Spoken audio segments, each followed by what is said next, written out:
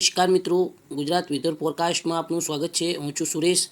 તો મિત્રો આજે આપણે વાત કરીશું સક્રિય સિસ્ટમ શું છે, આજે ગુજરાતમાં કેવું રહેશે વરસાદનું જોર, સાથે મિત્રો 24 કલાક દરમિયાન કુલ કેટલા તાલુકાની અંદર વરસાદ નોંધાયો છે તેની વાત કરવાની છે। તો મિત્રો વિડીયોના અંત સુધી બન્યા રહેજો। ચેનલ ઉપર નવા આવ્યા હોય તો ચેનલને સબસ્ક્રાઇબ કરી લેજો। તો સૌપ્રથમ વાત કરીશું 24 કલાક દરમિયાન કુલ કેટલા તાલુકાની અંદર વરસાદ નોંધાયો છે। તો મિત્રો 24 કલાક દરમિયાન કુલ 30 તાલુકાની અંદર વરસાદ નોંધાયો છે, એટલે કે વરસાદના વિસ્તારોમાં વધારો થયો છે। એટલે કે 24 કલાક દરમિયાન કુલ 30 તાલુકામાં વરસાદ નોંધાયો છે।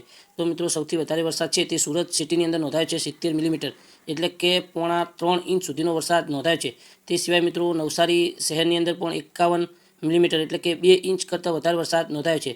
તે સિવાય મિત્રો નવસારીના જલાલપુરની અંદર 39 મિલીમીટર, એટલે કે 1.5 ઇંચ કરતાં પણ વધારે વરસાદ નોંધાયો છે। તો મિત્રો 27 તાલુકા એવા હતા જ્યાં હળવા ભારે ઝાપટાથી લઈ અને 0.5 ઇંચ સુધીનો વરસાદ નોંધાયો છે। તો મિત્રો સક્રિય સિસ્ટમની વાત કરીએ તો એક સિસ્ટમ છે તે બંગાળની ખાડીના આ વિસ્તારોની અંદર મિત્રો જે છે સાયક્લોનિક સર્ક્યુલેશન સિસ્ટમ છે તે આ વિસ્તારોની અંદર સક્રિય છે। અને મિત્રો વધુ એક સિસ્ટમ છે તે અરબ સાગરની અંદર જે આ વિસ્તારો છે ત્યાં સક્રિય છે, એટલે કે આ વિસ્તારોની અંદર આ સિસ્ટમ સક્રિય છે।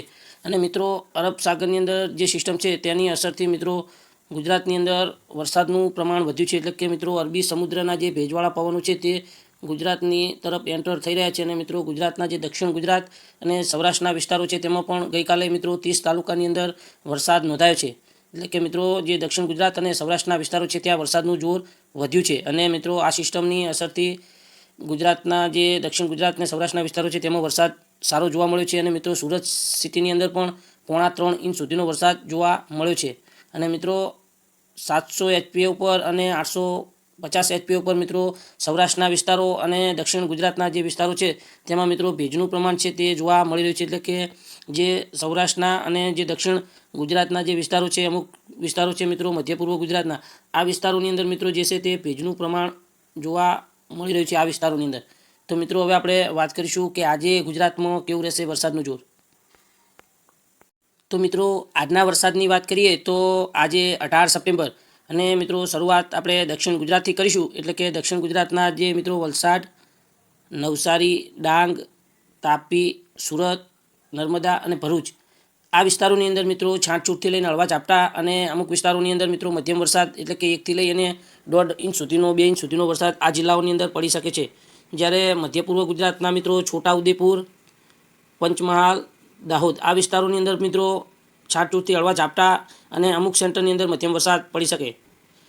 અને મિત્રો હવે આપણે વાત કરીશું સૌરાષ્ટ્રની। તો સૌરાષ્ટ્રની અંદર મિત્રો જે ભાવનગર આ જિલ્લામાં મિત્રો વરસાદના વિસ્તારોમાં વધારો થશે, અને મિત્રો અમરેલી, ગીર સોમનાથ, જૂનાગઢ, પોરબંદર અને દેવભૂમિ દ્વારકા અને અમુક વિસ્તારો મિત્રો જે પૂર્વી રાજકોટના વિસ્તારો છે તેમાં મિત્રો, અને અમુક વિસ્તારો મિત્રો બોટાદ જિલ્લાના આ વિસ્તારોની અંદર મિત્રો છાંટછૂટથી હળવા ઝાપટા અને અમુક સેન્ટરોની અંદર મધ્યમ વરસાદ 1 થી લઈ અને 1.5 ઇંચ સુધીનો પડી શકે છે। તો મિત્રો આ હતી વરસાદની આગાહી।